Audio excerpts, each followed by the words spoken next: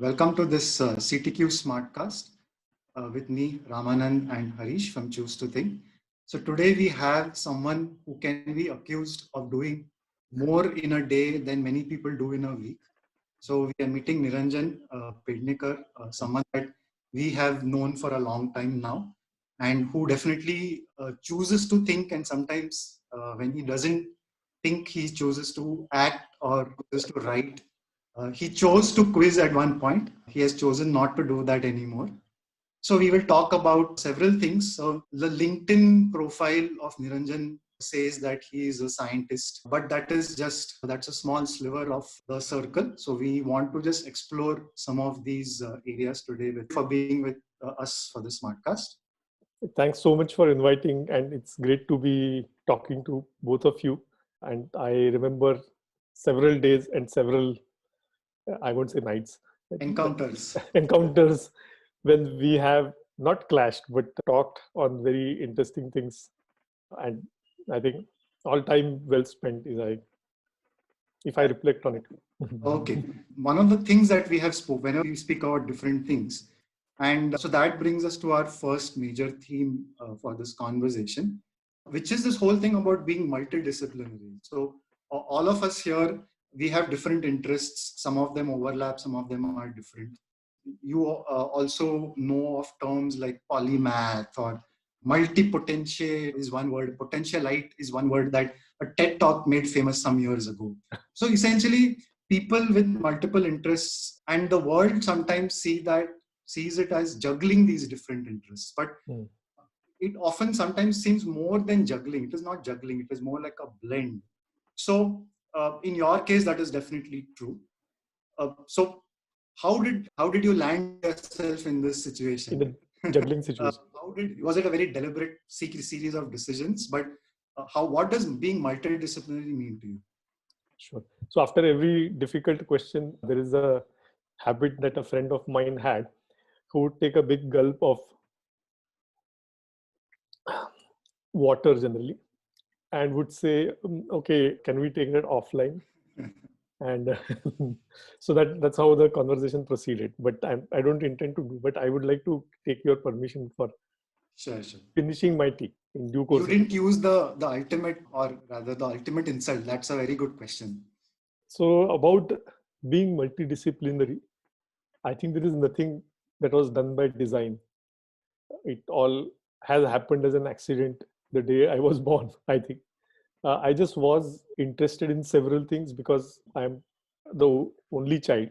And many times, what used to happen is that I would be sitting alone doing something at home. And so I would read or I would do something. I would find out ways to play. I would try to sing. I would try to play the harmonium. And all these different things would happen. So at that time, I think I just naturally like to try out things, try to learn things, and so on. I don't think I anytime designed uh, any kind of my hobbies. अरे कुछ hobby होनी चाहिए यार. That never happened to me. I think it just so happened that I got interested in things, and I dabbled. Every time I got interested in something, I dabbled in it. So it was pretty natural for me to do all these things out of sheer interest. See, what happens many times is that even on a day-to-day basis, you have something to look forward to. You might have noticed that there is something, some small thing that you have to look forward to. It could be maybe reading an article which you had just downloaded, or it could be something like a quiz. It used to be a quiz. In like Ramanan and Harish are coming to my quiz, so I need to have good questions. So there is some sort of this looking forward to thing. So I had the looking forward to approach to many things which happened to me. And therefore I'm always, I wouldn't say charged because it's a charged word. I'm inclined to look forward to things. And that's why things do beckon me to some extent. And I end up trying them out, or I end up reading about them and so on. One thing that definitely happened is that I started my career as a researcher, and I was called a scientist then because that was the only moniker that was available, and gave me some sort of an approach to do things wherein you would read things, you would synthesize what you read out of things, and then you try to experiment with it. That has remained constant over time. So it has remained constant for music, for theater to a large extent, for quizzing, for football, for a variety of things that I do. That portion has remained constant. That you read something, you try to synthesize, you try to put things together and somehow try to find what is the abstract picture behind it. So I think that has allowed me to connect things as well. And so you use something in theater, why can't it work in something like music? Why can't it work in something like an ad, and so on? These are the kind of, I think, connections that I made. And because of that approach, the multidisciplinary thing becomes easy because everything looks the same in a way. Approach wise, everything looks the same, and therefore there's no design. It just fell in place. Life is what happens when you're busy making other plans. So my plan was anything other than multidisciplinary, but multidisciplinary happened. Looks like. Do you also think that it's almost unfair to call it multidisciplinary because in some sense it's a spectrum and there are Continuum. Yeah. So in fact, I wanted to bring up a line that you had written for us when we had done a series called Curious Cases. And that was in the context of curiosity. And I think a lot of people must have always asked, where does the time come from? And one is to look at as if you are a thief stealing time from something which is allocated to something else, or as it is a constant balancing act. But the line that you had written for us was that time is a continuum and you do what you want when you feel the urge to do it, and the juggling can come later if at all it can come. Actually, I am glad to see that I still believe in that. And though this was some time back, it hasn't changed. Right now, many people are experiencing it probably, that you have time as a continuum. You have your house as your office and it's your house as well, and everything else is there. Somehow the time happens to be a continuum. You go and maybe wash dishes and you maybe cook. You write a few lines of a play. You write some poetry. You write a machine learning model. You read a paper. You take interviews of people. That's what we finished today, by the way. Interesting stuff. And so on and so forth.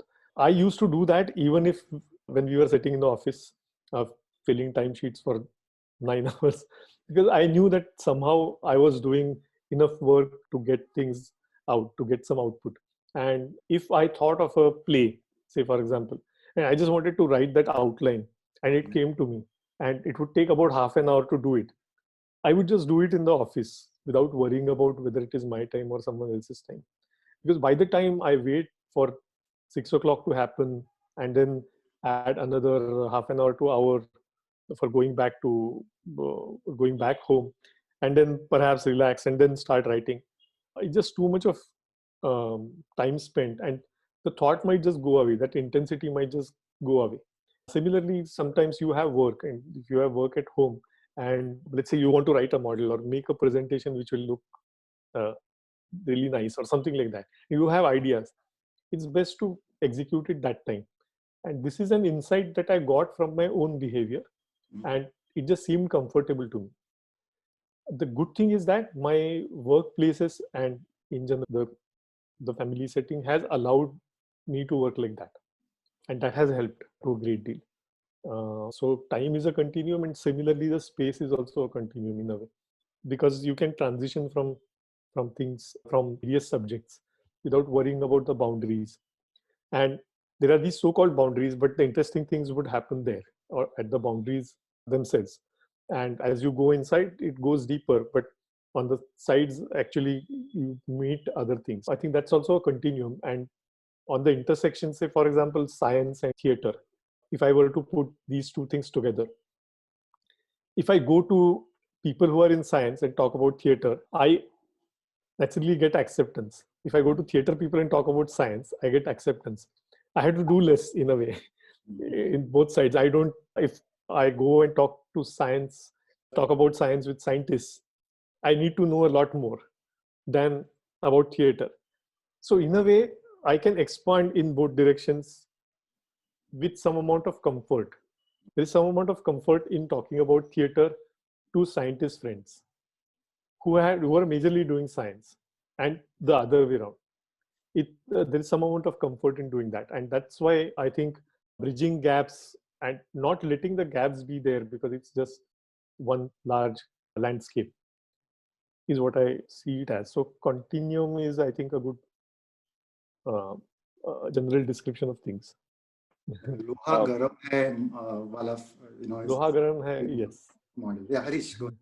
Yeah, something that struck me. So we know a lot of people who have innate curiosity, who just want to know about a lot of things. Even we are probably curious about things like Urdu or painting. We read a lot about it. But what strikes me in what you are doing is, I think, the experimentation bit. So it's not just about knowing about something, getting your hands dirty. So is there something that, just comment on that, what drives you to take that next step, or does just knowing about it feel not enough for you? You know about the concept of flow. Mihaly Csikszentmihalyi, the man with the unpronounceable name, which I just pronounced. So he had this concept of flow where you have the skill level and the challenge level. On x-axis is the skill level, on y-axis is the challenge level. As your skill level increases, your challenge level also has to go up. Somehow I tend to find places where these seem to be matching and there is something more to be done, and therefore that looking forward to is there. So when that happens in the first contact itself with something, let's say Urdu, something like Urdu, the curiosity, what it does is that, okay, I have been writing poems in Marathi. I think I write decent poems in Marathi. Can it go to Urdu? That curiosity is there. So you have some skill level and you have some challenge level. Now you try to automatically scale that and automatically try to see whether you can write decent Urdu poetry. By the time you think that you write decent Urdu poetry, you have known enough to know that it's not decent enough. So as you go deeper into a field, more about a field, it automatically draws you in. Right. And there can be a saturation also in a field, but typically things are big enough, things are wide enough. Even quizzing is wide enough, it is big enough, it is experimental enough so that there is enough to do for a long time, is what I think.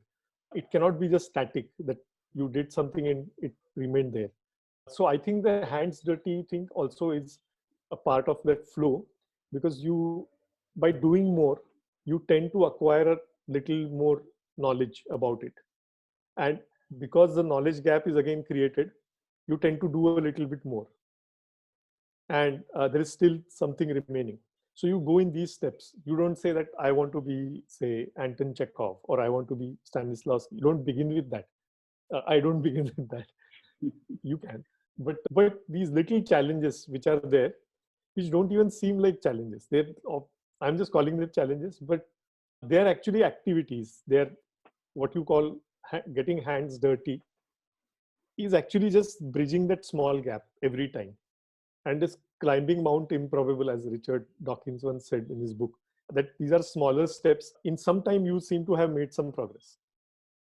Okay. So that's what probably makes me go to that stage where the hands are dirty. And I don't get into things which are very uncomfortable for dirtying hands, I think. These are things which I seem to like. So something like theater, I seem to like it from my school days, but later I didn't do it because I thought that there were some problems with it. In that age, I thought that there were some problems with it. I didn't want to do it. And eventually, when I again thought that, oh, I can write for theater, because I think if this is writing, I can probably do something like this, is what I thought through a play that we had done through Cognizant only, the intercorporate play. And therefore, I thought that a bit more could be done there. I wrote my play and then it was accepted well. So I thought that I could write. And then I wrote a bit more. And then I read books about writing. Then I knew that I couldn't write. I did write, but there could be better ways of writing. There could be more to it. And then so that keeps on happening with anything, with direction also. And therefore, staying at one, I won't say level, but one point becomes a problem. There has to be some sort of a change that has to happen, which leads to some amount of increase in knowledge of things, increase in understanding of things, like not knowledge really, understanding of things, and the accompanying confusion. So I think that's what happens, and that's what is those are those little steps. And this is just one direct two-dimensional thing that I'm showing, but this can happen in other fields also. You can transition. That's the good thing about things. If you go the theater way, you can transition into science. From there, you can transition into something else, language, things like that. And that's what I think allows me to do that. That the hands dirtying automatically happens. It's flow, I think. I'm looking for flow, looking for that happiness. Have you tried things that you thought you'd be interested in and made you uncomfortable and you dropped them? Serial killing. Okay. Thank you. It's parallel killing now. It's parallel killing. I'm trying to remember an example where I tried doing something, but I didn't find it interesting. It's some movies, you just don't want to watch them. Some movies entice you, and then you watch that movie and you would like to watch more like that. But if there is a movie which doesn't appeal to you, you think that it won't appeal to you, you just leave it. Hum aapke hai kaun? I just won't watch it. I think that it's not going to appeal to me, and I don't go venture that side. So that happens with certain things, I think. That might have happened with certain things. I'm just trying to remember which. So is there a degree of self-awareness that one acts as a filtering in or a filtering out of what your tastes are, and therefore the failure rate is much lower? Or secondly, to add to that, a lot of these uncomfortable situations come because your radar perhaps is confused by, say, things like peer pressure or what is trending, and that's where filter can sometimes be mislead you. Yeah, so the filter, I think the filter is not there when I get into it. It's not there that I'm aware of. But I think there might be a subconscious filter of choosing things which are around it. That might be there. For example, entrepreneurship is something that is slightly, it's an uncomfortable thing. I think that it is interesting. But I have not taken the leap of being that uncomfortable, I think, as you have. That way, I don't think that I won't be able to do it or something like that. But while other activities are happening, I don't want to push myself into that discomfort. It's not, some amount of comfort is probably needed for me in terms of exploring things. If it is extremely uncomfortable, so if you ask me that, go to the station, take the next bus, go anywhere and do anything that you want, I probably am not going to do that. I just will refrain from doing that. Does that mean that I don't like traveling? I like to experience new places. I like to be in new places. But the exact way of traveling, I'm finicky about. For example, some amount of discomfort does not, I just don't choose that automatically, I think. So of course, there is some kind of filtering that is there, but it's more of logistic filtering. It's not to do with the content of that, is what I think. It's, I don't want to go to Mumbai and become a part of IDEO, for example. So there was something that had happened when I could have joined a company like that, but I just didn't go to Mumbai because I didn't want to go to Mumbai at that time. I wanted to be in Pune and do things that I liked. So that is there. In some sense, it goes back to that space continuum.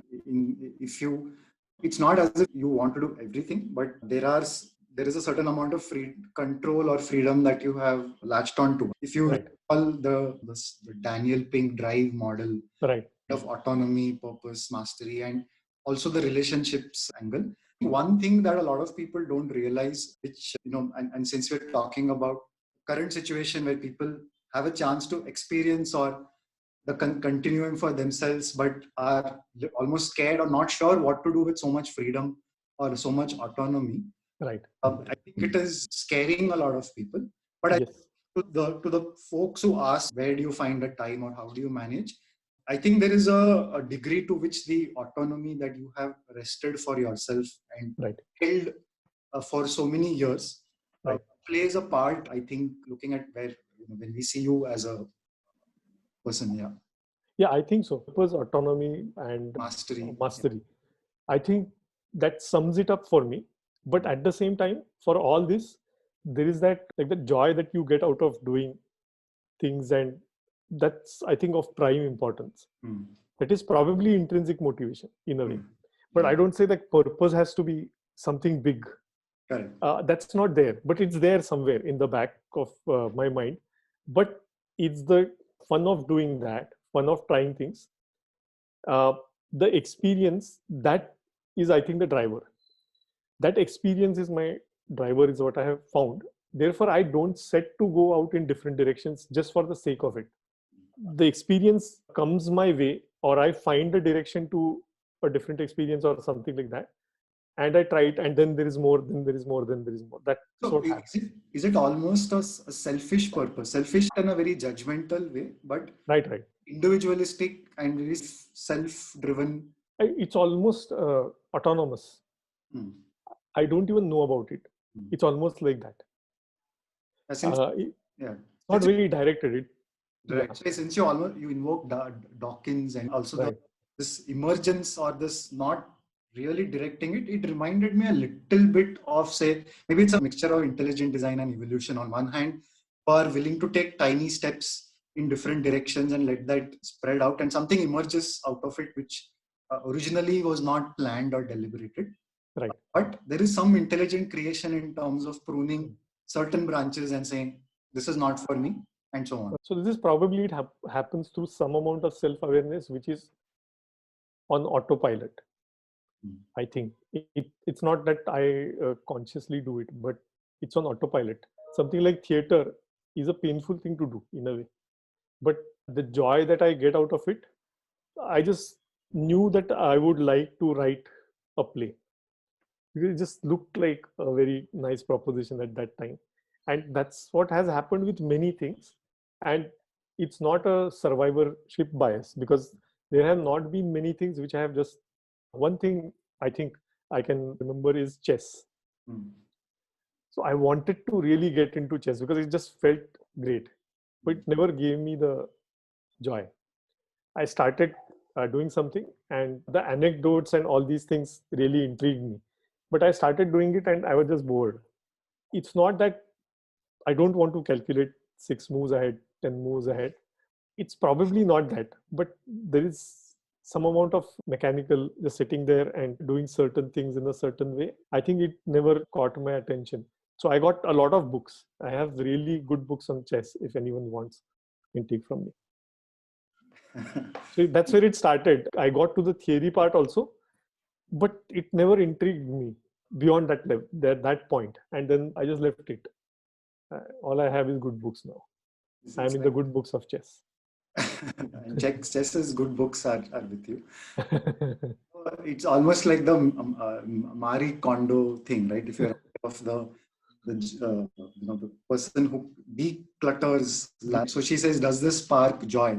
If you have a wardrobe full of things to try out, you can, I think, maybe just to stretch that metaphor a little bit more, people starting wardrobes, or the wardrobe that they build, I think they sometimes they stop too early, and they probably don't. Just like you throw out things that don't spark joy, you should try to amass stuff that sparks joy. This is one wardrobe that you can probably... Yeah, I agree. Marie Kondo, I think that's a good metaphor. I think I have been working like her only. That's probably a realization. I'll just examine things again, and next time I'll use that. So Harish we were discussing, we had a question from Harish, which was about all said and done, even though things are a continuum, our speed of light, human speed of light, in some sense, the binding constraint is time after all. So something, when it enters, something else makes way. You could probably say theater replaced quizzing, or other kinds of elements. So that is one thing. That is there a very dispassionate, or it just withers away? Is that how you see it, or it's a very conscious decision to leave aside something? That is one. The second thing I also wanted to ask, which is somehow related in my mind to the topics that we've discussed, is something called as rewiring that we have been thinking about. So in the last 6 months, the way a lot of people work, the way their minds are reacting to this is going through a process of rewiring, is how we have been seeing it. And Right. So anything that you bring on new causes some amount of rewiring. What do you have to say about these two things? One is leaving things aside, which you used to do a lot before, Right. and this process of rewiring yourselves to blend yourself in a new way. I think what we associate in things is permanence. And we say that a particular thing that we take up and we are getting good at it, and it's like a big part of my life. Because it is a big part of my life, I cannot give up on it. But sunk cost. Yeah, for me, theater and quizzing, let's take these two things. They are probably the same. I get the same kind of pleasure from both, probably. So let's say I'm setting a quiz. It's like writing a play. It's like taking a quiz is like directing a play.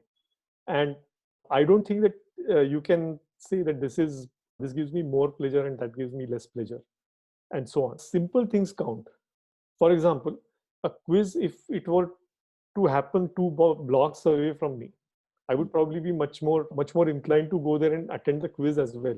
Maybe I would just say that I'm going for the rehearsal, but I would also do a quiz, just try to do that quiz as well. Those things can happen. But sometimes it's just a matter of logistics. It's a matter of discomfort. I do have a couple of theater places like where we can practice, maybe 500 meters away, a kilometer away, that kind of, they're really close to me. It's very easy to just do that. And for some of the theater things, people just come home and we practice. My last play called Shahi Pehredar, an ultimate play called Shahi Pehredar. These two actors, Suvrat Joshi and Omkar Govardhan, both are well-known actors and good actors too. So they used to come to my place, and it just became a theater, say, rehearsal ground very easily. And that's probably not possible with a quiz. You need to go somewhere, you need to do certain things. That experience itself can be great. What we used to have at COEP Boat Club. The experience itself gives you a lot of pleasure. But there is a similar experience present, and there is that creative urge also that you're trying something out, you're uncovering things in theater. So theater, I think, is a very big place, and there's a lot of uncovering to be done. So I don't think that quiz has just gone out of me. It's just, if I were to attend a quiz tomorrow, I would be as interested as I was once. In setting a question or giving a question, I would be as interested. It's just that it just happens to be a matter of logistics, not priorities. It's just a matter of logistics and the comfort optimization, I think. Right. And there is a lot of discomfort in doing that theater at the same time, but probably it's just not accounted for, I think, because there is immediately something to look forward to, something to uncover. So probably that has slightly gone down with the quizzing. When I was doing quizzing, probably the uncovering was less at that point in time.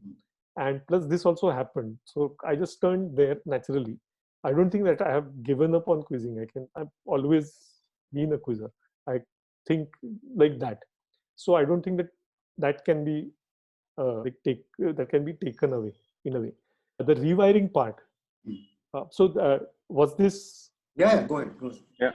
The rewiring part, if you look at it, when I was my earlier organization, and I forced myself to come out in a way to just see whether there are other things. That was probably the only time I did that on purpose. Let's go what is happening outside. Yeah, let's go and see what is happening outside. That rewired me a bit, is what I think. Because here I used to think more like a scientist and more in terms of like science is probably the best thing in the world. Management books, you're reading management books. I had problems like that earlier. After coming to Cognizant and after looking at a variety of people, different setting altogether, I opened up much more with respect to that. It was not that I was not an open person. I was in the beginning as well, I think. But it just opened me much more. I got more sensitive to certain things about people.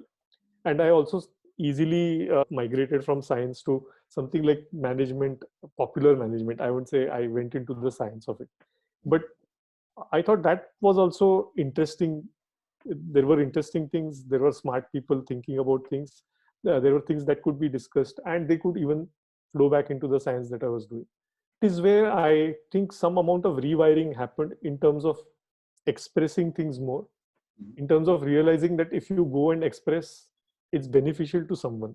It can be beneficial to someone. And that consciousness came to me to a greater degree. I think earlier I was not very conscious of that. Earlier it was more like if I presented a music program or something like that, I compared for a music program, people were maybe clapping. I didn't know the value of it. That I realized in the new place, that there was a value associated with all this. And that value probably was not monetary, but it was in terms of slightly improving upon people's experiences in people's lives. And that I think rewired me a bit. I became more conscious of that. I don't know whether that is rewiring, but it is a change in perspective for sure.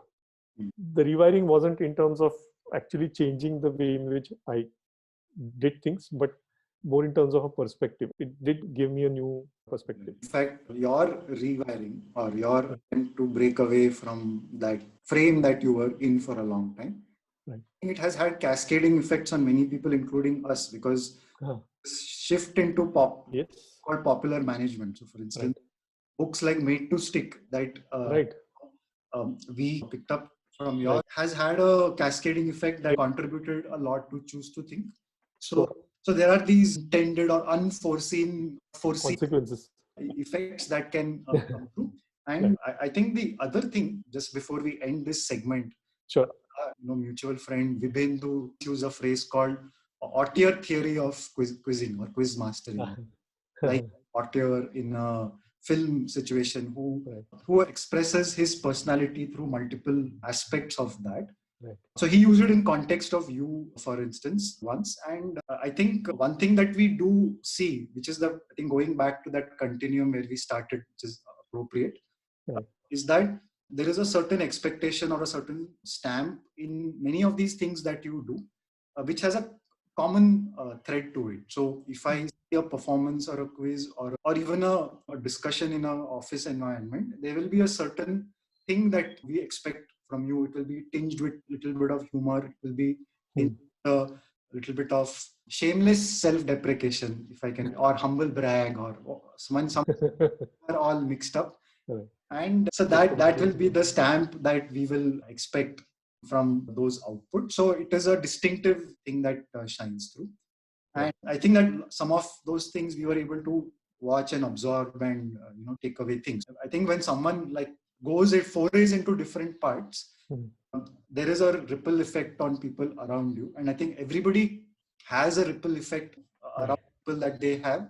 So I think that's where the using curiosity to lead yourself in different directions actually has a larger purpose outside yourself. Even though like evolution, it is self-directed, it is selfish. Larger consequences. Yes, I think that, and it has happened in other places also. I have seen that I tended to do it when no one else around me was doing it. Is what I thought in retrospection. And somehow other people also started doing it. And I think it's partly because other people also were smart enough to realize that and open enough to realize that these things are also nice.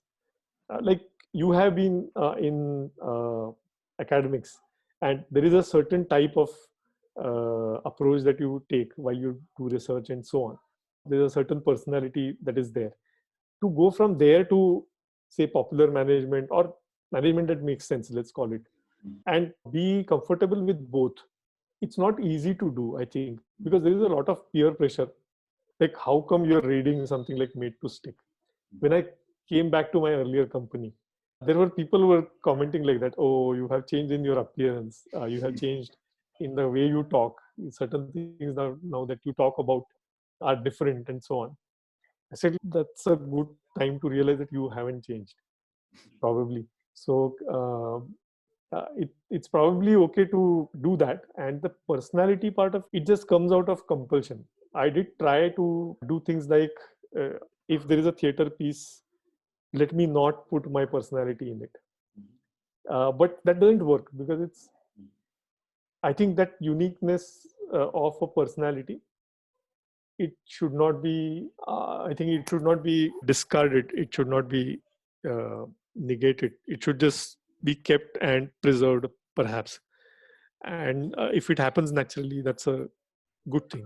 So I'm happy to hear that it cascaded in a positive way for most people, is what I generally hear.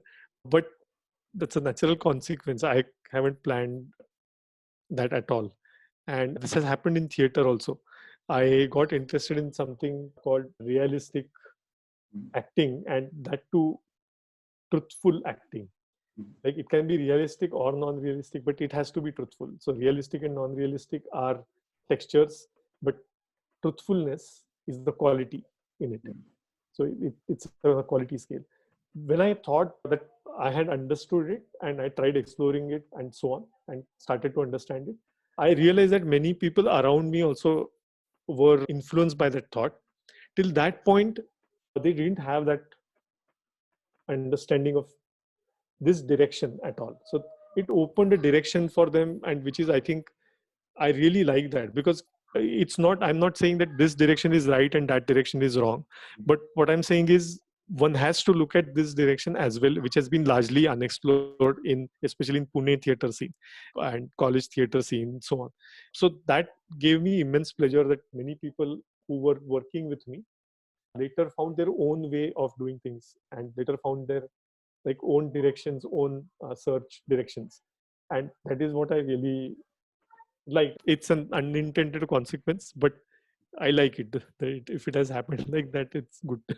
So Niranjan, before we go ahead, I hooked up some quiz questions. So we'll do at least one of them, and we'll maybe sprinkle them depending on how much time we have. My first question, and Harish hasn't seen these questions either, so both of you can team up if needed. So the question is, what we know both Franz Kafka and Kurt Gödel, the mathematician, we know both of them are dead. What links their manner of death? What links their manner of death? How did they die? Specifically, what was their last immediate cause of death for Kafka and Gödel?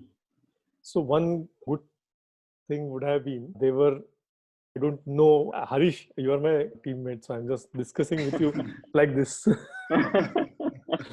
So one interesting answer would be that they were bitten by an insect. Right. And because of Kafka. Correct. And Gödel also has that in the Aisher book, the Aisher paintings also, that thing is there. So is it related to that? It's not that, but you will find a connection to Kafka in a similar sense. And there's also a connection to you as a result. I think the insect doesn't connect to you as much. These days, there are a lot of something called book lice, which are nothing to do with hair, but they just are on mold. So I have a lot of close connection with insects these days. Also, I'm also trying to think of. Think of Niranjan's adaptations as well. Yeah, something to do with cancer? No. So I've done 3 adaptations of Kafka. One is Metamorphosis, one is Machine, which is in the penal colony, and the third is Hunger Artist. They died of hunger. Yes, that is the right answer. They literally died of starvation. So Kafka had tuberculosis, and it affected his throat or his larynx to such an extent that he was not able to swallow or eat. Wow. In the final stages. Oh. So that led to that was the immediate cause of death. Oh. I read. Oh. Gödel is actually fairly intriguing, because Gödel had some paranoia that people are out to get him, and people are out to kill him. So he would only accept food cooked by his wife. And what happened was, his wife was admitted to hospital for some ailment. So he literally refused food from, Wow. and in the process, he starved to death. So he was incomplete without her. That was the third theory. In fact, apparently Kafka was writing Hunger Artist, or he had begun Hunger Artist just around the time when this happened. So I think it is his last story as well. And that coincided with this ailment and his ultimate demise. So I have read a lot about Kafka and his life, but I never went into his death. We have killed him for you, fortunately. Okay, so since we haven't spoken much about football, I'll do a question on football. The third question for the end, because it's a cheerful note to end with. Lionel Messi, age 13, what connects him to J.K. Rowling, I think in her 20s or 30s? Hormone deficiency? No. Not that I know of. Uh-huh. Much more pleasant answer compared to the... No, it's not Dementors then. Yeah.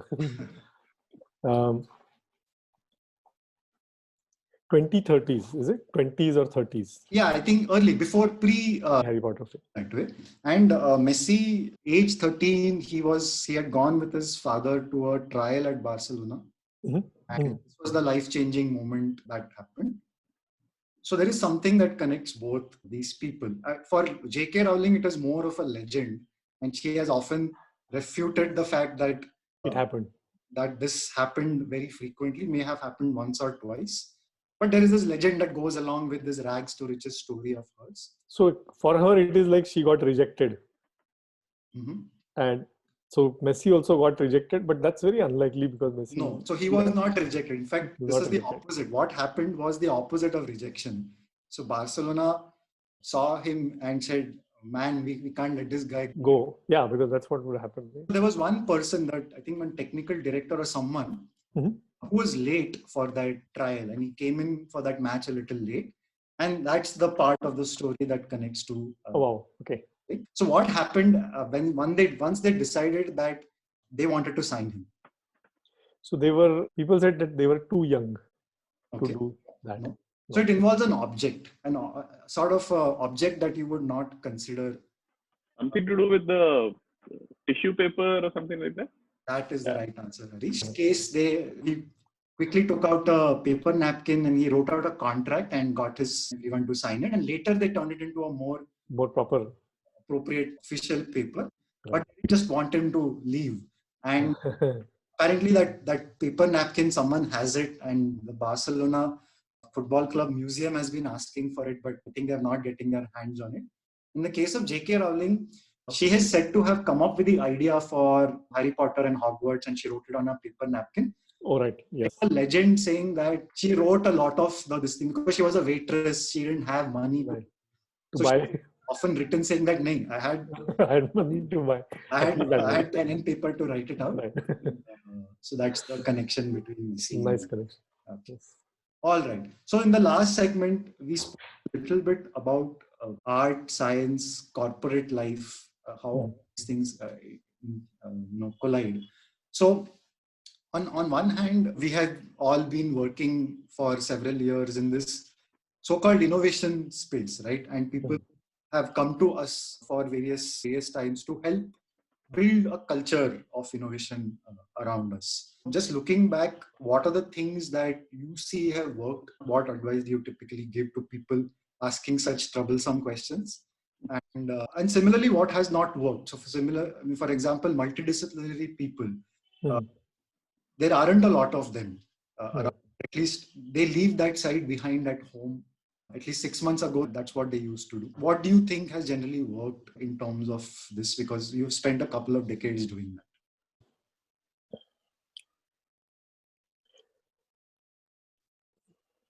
So it's an interesting question.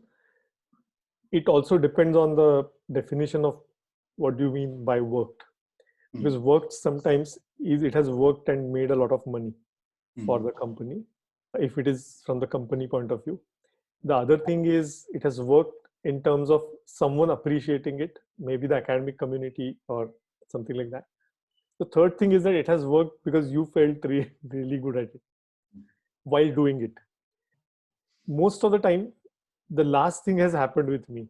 When it was being done, I really felt good about it. Later also, I didn't really think that it was a bad thing to do.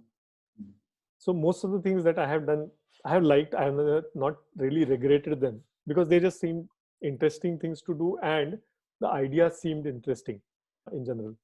What I found worked the most is when you get the joy of discovering a way to solve a problem, and it actually has an effect on someone's life. That works the best. I did the project for an American railroad company, for example, and there were problems which just cropped up. Like when we took that project up, we didn't know that all these things would come up. But there were several things with it. Like they didn't have GPS, and the data that they collected on tracks, railway tracks, that data would not have the same markers every time, and they wanted to predict using that data. And then how could you align that data? That was one thing. How could you make sure that you could take that data on the track, collected on the track, and project it in future? How could you measure wear on the rails in real time?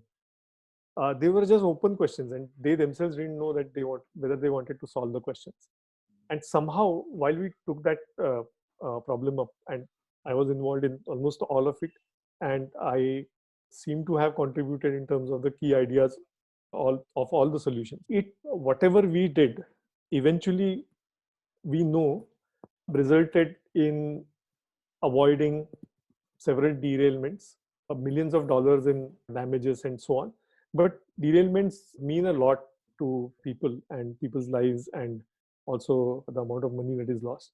So that could be done through certain interesting concepts that I had by looking at the problem, which were not there before, which at least were not there with me before I started looking at that problem.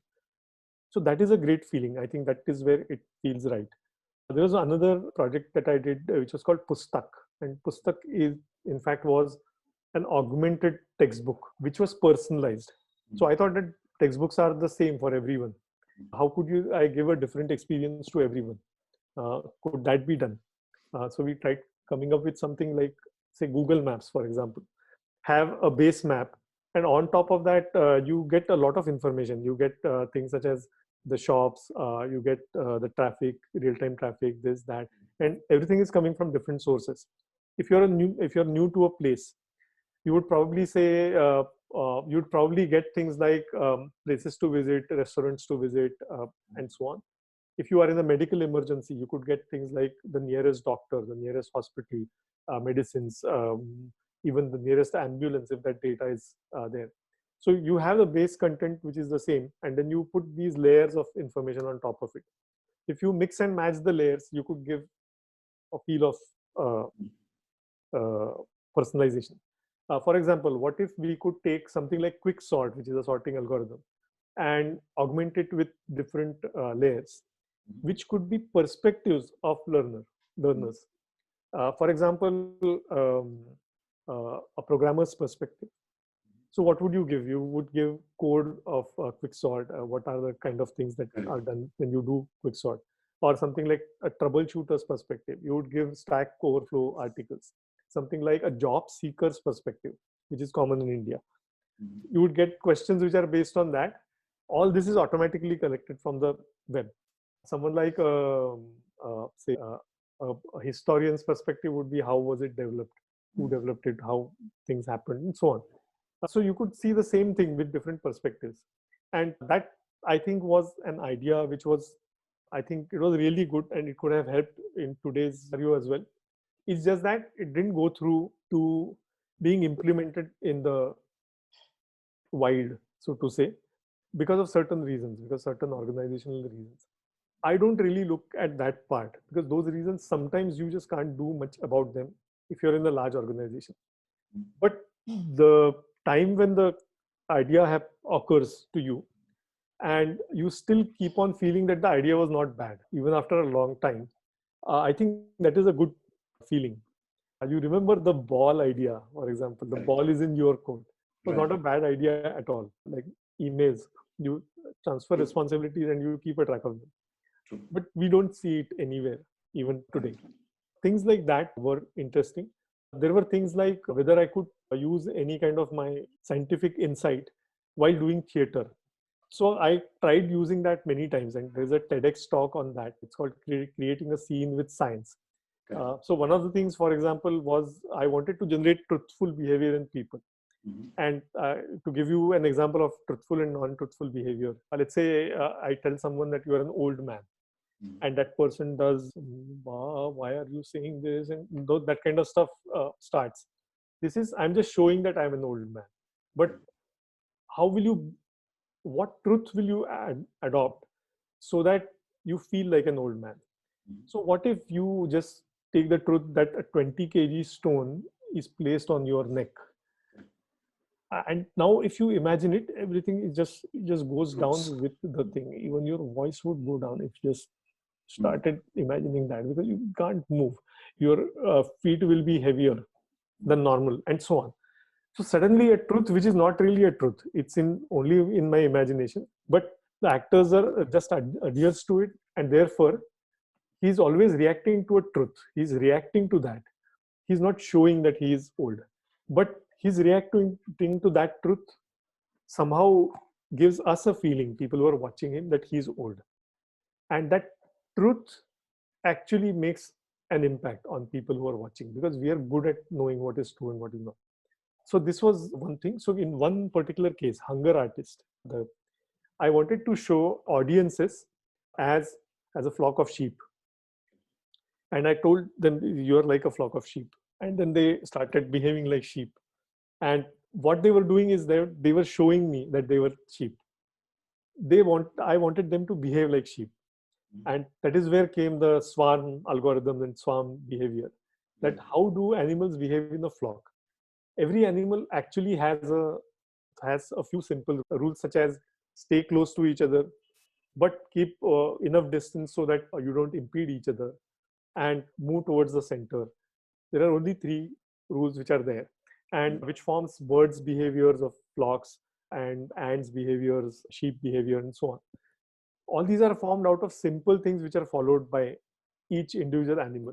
So I told them that you just have to follow these 3 simple rules. Then suddenly you get to see behavior which really looks like a flock. Right. There are these 12 people, 10 people, and they really are moving like a flock, and they are actually truthful to their truth, that I have to move towards the center, I can't be very far away, and so on. They just intuitively did that, and therefore emerged the flock behavior out of it. So when something like that happens, it's a moment of joy, in a sense, fulfillment to some extent, that something that was an idea that flashed in your mind has worked, and the idea was good. Looks like that the idea was good. So this has happened in theater several times, that ideas have seemed to work, or the ideas are good enough that you like them, and they stay with you for some time. Of course, you can discard them, but you still feel that it was not a bad idea at all. So this attitude towards ideas, a lot of this is creative, which then gets implemented eventually or shipped rather, Right. to adopt that term. Right. Do you think this behavior can be passed on to others? So if someone comes and says, I want to contribute to innovation, and so far I have been someone who has seen the world through a very fixed lens, done what I'm expected to do, and has not colored outside those boxes or those lines. What do you tell such people? Because how do I explore these ideas? Is it too late for a lot of people because you have this wardrobe full of joy ideas? But where does someone like that start? So one great training that there have been trainings, a lot of trainings that I went through, but only a few trainings have remained with me for a long time. So one training, like maybe there are maybe 2 or 3 trainings like that, which just stayed with me for a long time. One of them has been something called strength-based approach. And strength-based approach says that you look at what you're good at, what your strengths are, naturally your strengths are, what qualities you have naturally, what behaviors you have naturally, and what are your non-strengths, so that you are able to manage them. You don't need to get better at your non-strengths, because they are almost like characteristics of your brain. Discipline, for example, is not a characteristic of my brain. Even if I'm taught discipline, I don't see it. If this room is indisciplined, I just don't see the mess that has been done. Does not mean that I want to be messy or Lionel, not Lionel. Can't be messy. Yeah. I can't be messy. But I don't see the things easily. It's not my strength. Whereas someone can just look at it and probably just know that this is not disciplined, is very good at ordering things after that. Is very good at structuring, arranging things in a proper way. Even if you wake that person up from sleep, that person would be able to see these things. If you wake me up from my sleep, what would I see? I would probably still see ideas, things that I look forward to learn. I look forward to learning, that little bit of trying out, etc. are my strengths actually. So with the strengths-based approach, I think one thing that you realize is that the way you get ideas and the way you think that ideation should be done is not everyone's approach to an output of ideas. My strength being ideation, one of the strengths being ideation, it looks like that. I taken tests of various kinds. There is a test called Clifton Strengths Finder. It's a pretty good test. It's out of Gallup, the poll people. So if you take that test, they may have some other type of strengths. They would like to view the problem in terms of their strength, is what I realized, that if someone is good at goals and achieving, the problem of ideas has to be defined as you have to generate 100 ideas within a short time. Then they would probably just end up getting those ideas.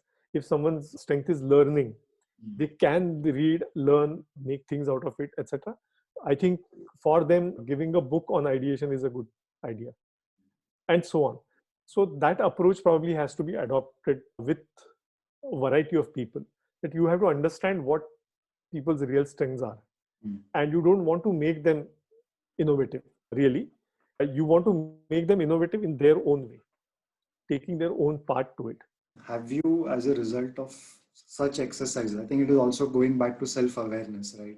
Know a little bit more about yourself. Has it therefore helped pairing up or teaming up with people who bring that? Because like you mentioned, a couple of, not everything that you dream up makes it into the wild. Sometimes there are these other constraints which you are not the best person to solve. Has that changed the way you approach innovation? Because ultimately, someone somewhere is counting the Means, will hold you accountable. Correct. Something has to be produced, which is a challenge. Have you changed the way you team up with people?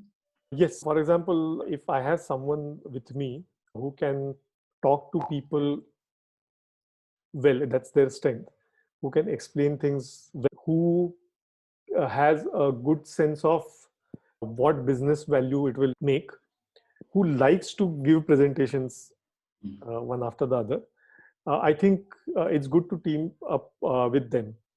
That's a good idea. If you have someone who understands business really well, it's good to team up with them. If you have someone who can build things very fast and very nicely, it's good to team up with them, and so on. So I have found that you build these kind of different, you include a variety of people in the team, so that you just don't get one type of people doing everything, and that works better, is what when I've seen. Despite that, also there can be problems, which are the problems of the world, and you may or may not be able to solve those problems. And sometimes they say that innovation is inefficient. Correct. Though there are some approaches which say that it could be done efficiently, and so on, structured approaches.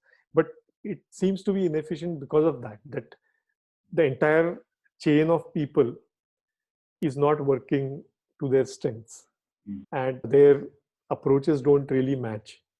And everyone doesn't understand that it's like this, that the scientist is going to sit and get ideas and do things in a certain way, and the business person is going to be accountable eventually for something that is sold, and whether it is sold or not.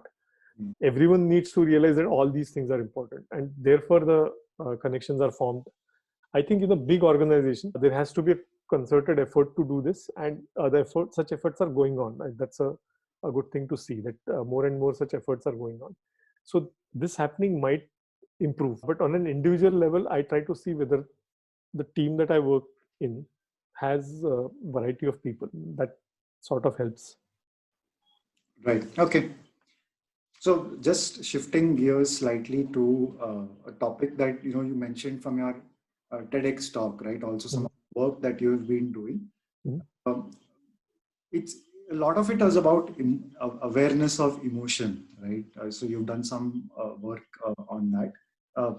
Traditional education system like ours, where once you get into so-called science streams or even the commercial kinds of streams, emotion no longer plays a part. So we are all we raise or we ourselves remain emotionally illiterate. Maybe we understand it intuitively, but we lack the vocabulary, we lack the fine-grained sense of identifying one emotion from another. We have seen in innovation as well, when these human-centered design approaches came with anthropology, and they said that look at emotion, don't discount emotion. So a common trap for a lot of the IT tech kind of innovation exercises are to look at things as an experimentation in terms of software. Technical, right? Yeah. It's innovating without the human is the option. So that's where I think a lot of these things seem to fail, because the human is not understood. Absolutely. And the artistic side is a lot of it is about recognizing, harnessing emotion. Even some people do it very deliberately, but the natural storytellers have an innate sense of what emotion to start with. Salim Javed, for example, never went to a storytelling class or a strengths finder program, but that we know of. So, but they had a sense of what goes in the beginning, what is the hook, what is a roller coaster of emotions, and they coasted on it for several films and years. Right. So, in some sense, you are at an intersection of both of these things, because you come from a traditional engineering background, and it's very easy to ask you, where does that emotional side or awareness come from? And secondly, has the last few years of doing theater changed the way you harness these emotions? Because it's no longer an accident. You're probably now trying to map out, like you've done with some of your research work. Tell us a little bit about this mixture of emotions, because that should be missing in our discourse. So I agree that most of the innovations in the tech world rely on technology and not the human at all. And things have been changing over the last couple of decades, I think. And people are more aware of design-centered approach, a human-centered approach, and so on. That does not mean that a regular person who is developing either software, making innovations, and so on, is aware of that. I think what I have found in theater is that truth matters, and the semblance of truth matters, because people understand truth and they get affected by it. Somehow that thing I have tried to see whether that can be brought to technology, whether the truth can shine in any way. When you advertise a product, for example, or advertise anything, an idea, what is the notion of truth that you will seek is a problem that I'm trying to grapple with right now, and which is a good problem to have. Let's say I do something like this, that what if you put messages such as keep distance from each other, like 6 feet distance from each other, whenever two people came together in a soap opera, for example. And what if you interspersed such entertainment content in a way that a few such messages are visible to you? This seems to be a good idea. But what is the truth of this idea while narrating it to an audience? That truth differs. I can't take that truth to be the interestingness of that idea. I probably have to say that people acting on such things after seeing such messages has increased. And therefore, that's a view that authorities would like to have, people who do this. Someone like a broadcaster would like to see whether you can make money out of this. Obviously, you can't make money out of this directly, because these are messages which are helping you. But can a pharma company or can a health product manufacturer sponsor these messages in any way to monetize that whole thing. That could be the broadcaster's perspective. What am I getting through it is probably the truth, and that truth varies for everyone. The truth has to shine in the message, I think. And the sincerity with respect to that truth will come only if you only if you are in the shoes of that particular entity, that particular stakeholder.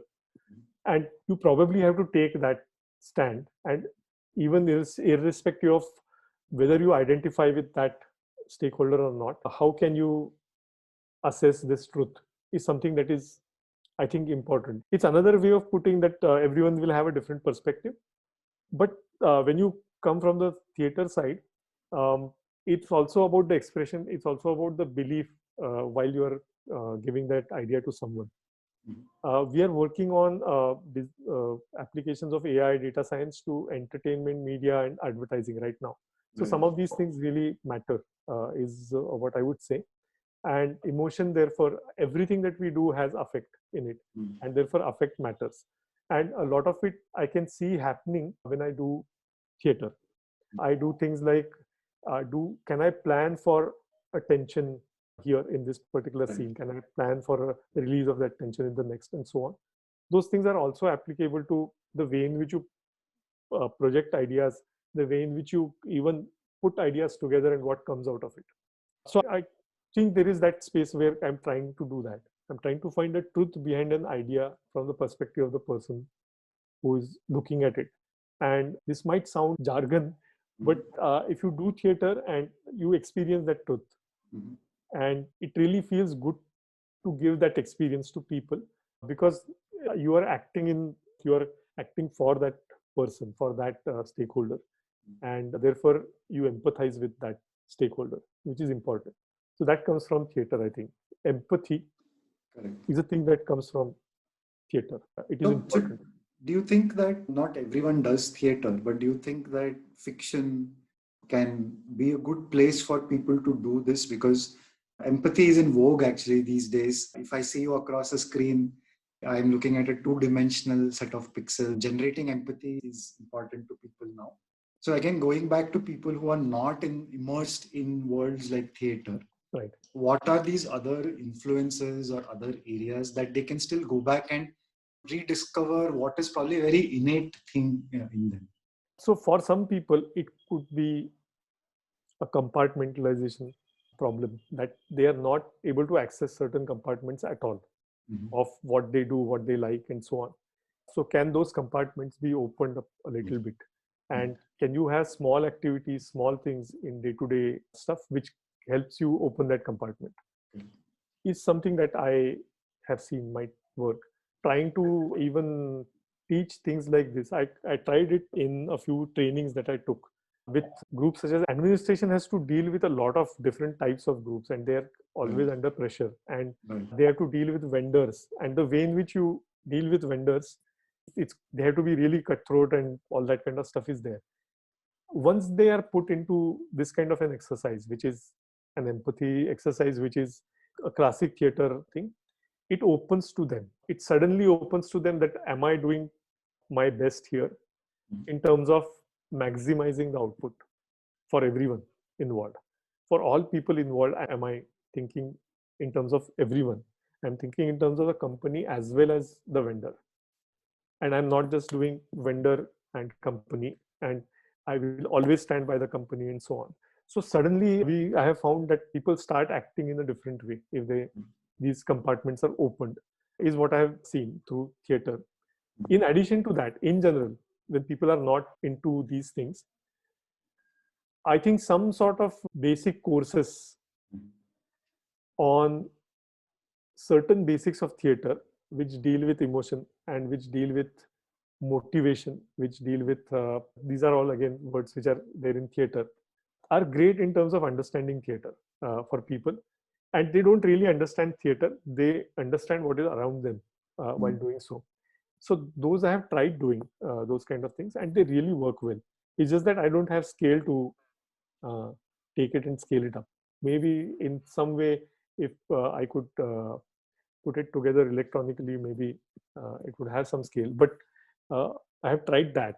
I don't know whether this was the direction of your question, but this is something that I have tried doing.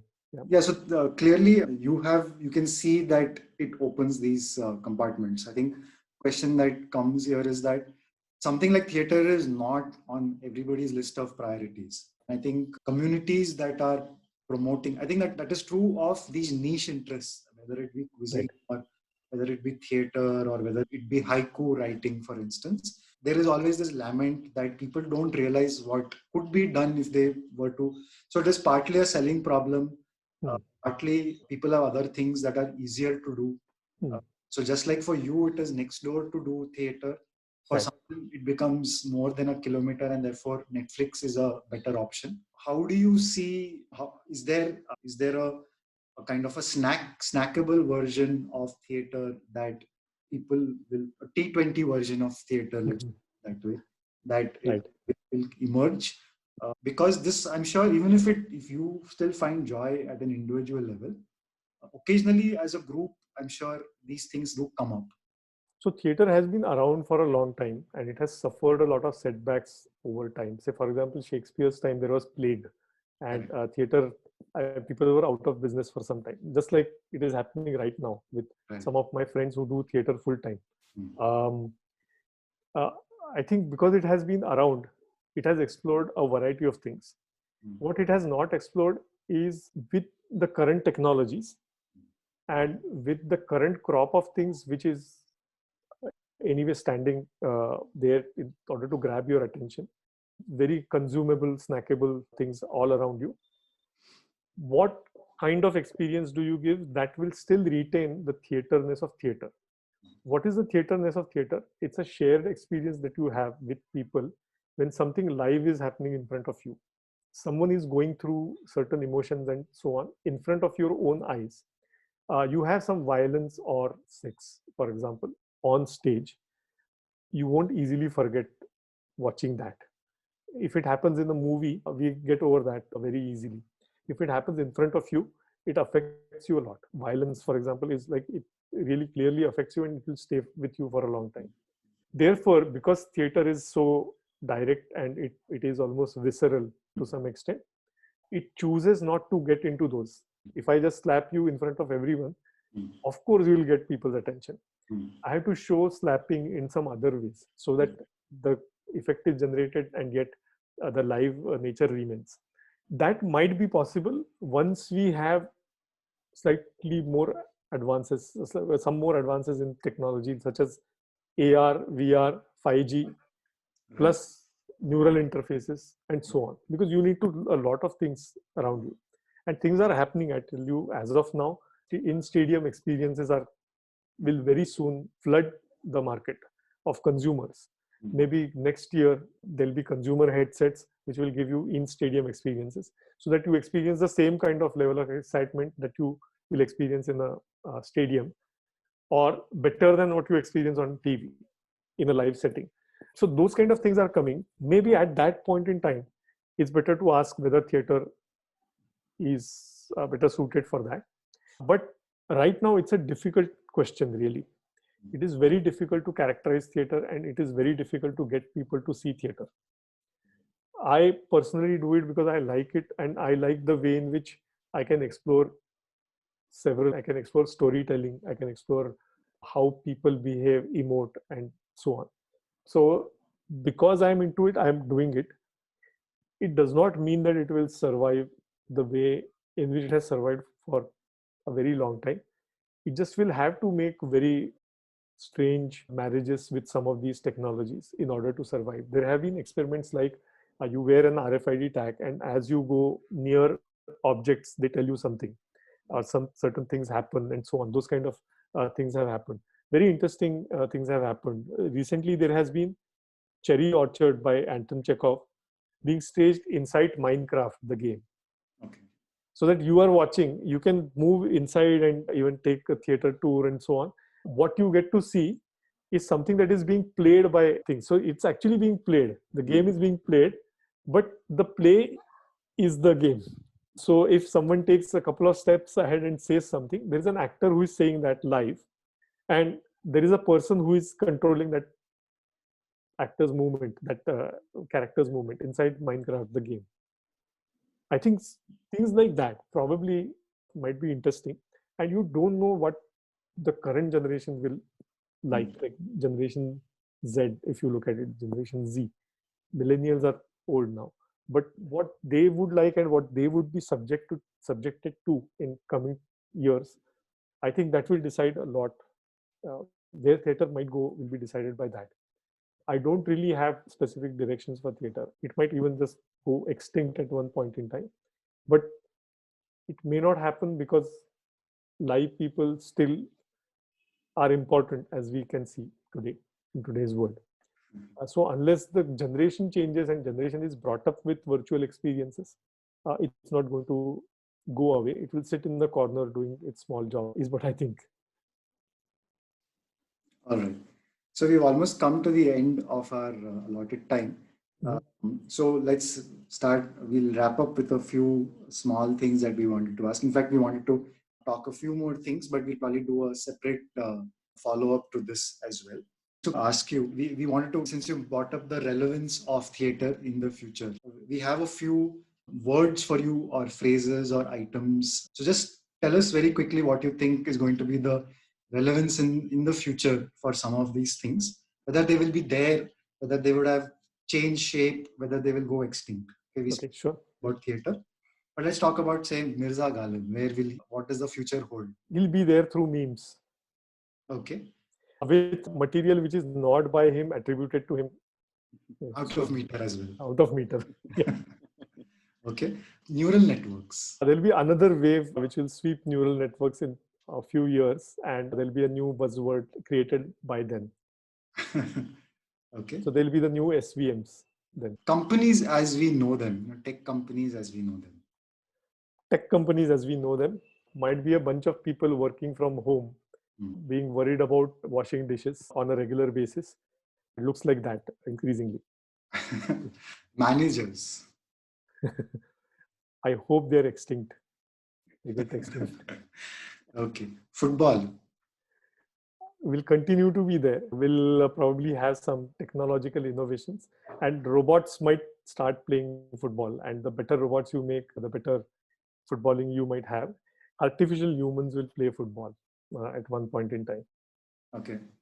Niranjan, in 10 years' time, if we were doing this, maybe we'll be doing this in VR. What is the one thing you're most likely to do and one thing that you're least likely to do?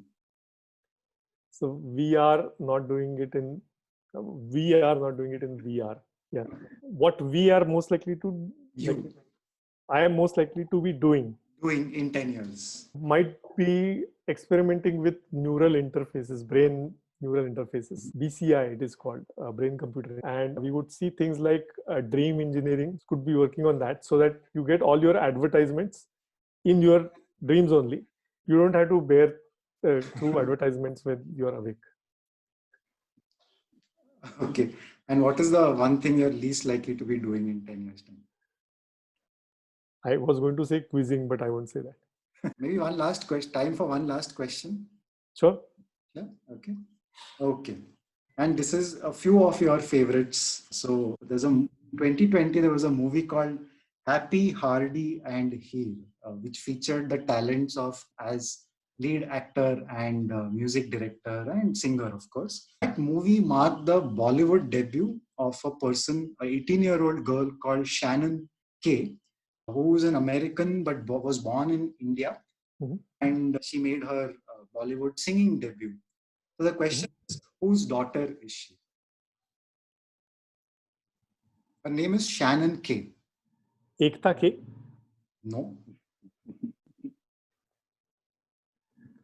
So she might be an artificial. No. That is a question that we'll ask 10 years later. 10 years later.